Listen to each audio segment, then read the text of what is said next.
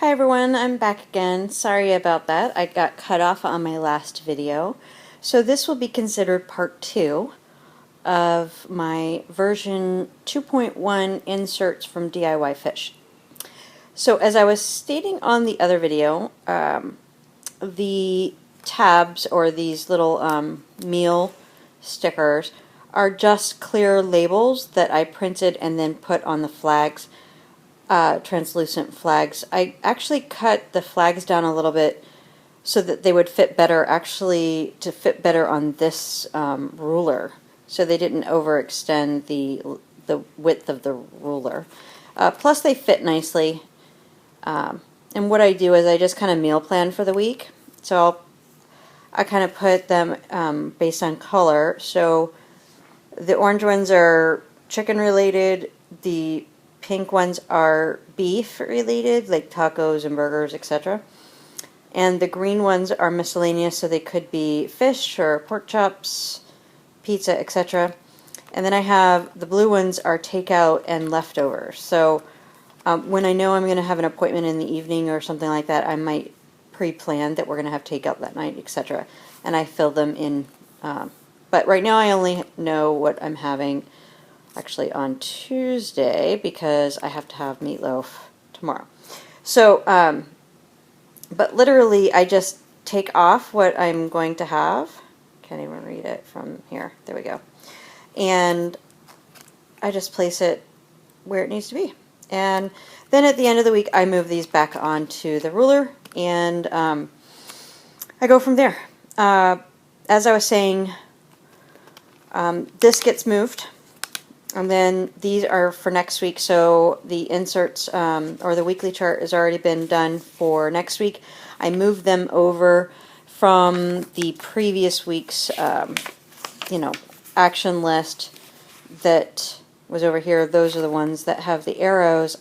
I just moved them over here, added a few extra to follow up on, and things like that. So then I have my agenda sheet. I moved my legend over to this side, and then normally this gets clamped down so that I don't interfere with it. And then my June releases that I discussed earlier are listed here, along with my non-release projects. The non-release projects just mean that they're not related to a date release, where these are releasing on a specific day, the same day pretty much for all of them. And these are not tied to a date, so I can get to them whenever. Then the June months. Now, these inserts used to say, this one used to say May. It's not May, it's June, because what you're seeing here when you fold this out is the May checklist. And so I broke these up by bills, my journal and Bible reading, and then cleaning up the house. As you can see, haven't been keeping up with cleaning up my house. I also washi taped the edges just to reinforce them because they were getting kind of tattered from constant use. And then here is a blank week where all I've got maybe is a birthday or an event that's personal. I have the weekly chart in here, and then the next fold out has its own weekly chart in it. So I just keep them tucked into their respective pages, and then I have events that are personal going forward. But then what I do is I clamp all of these weeks that go in here, and I use these clicks clip from Staples, and I just clamp them together at the, it's hard to do with one hand, but I clamp them at the bottom, but I don't clamp this flap down so that I can extend it away from it. Okay, so that stays closed. In the meantime, I'm going to fold this in, put this back. Sorry about the wobbling. Before I had a stand that was holding it, but this stays in here. And then this is June, and then I have July, and I already put the market dots in there for everything. My August release extra. This is August's months, but it's July's monthly chart, as I already explained. Market dots are already in there. September, and then October, November, December do not have the weekly pages in them. So they only have the monthly, and it's just to save space in the planner. I could have fit them all in here, but then I wouldn't have room for anything else. So this is the DIYFish kind of color coding index system. What you're supposed to do is on the edges of these pages, I'll give you an example of an edge, like here.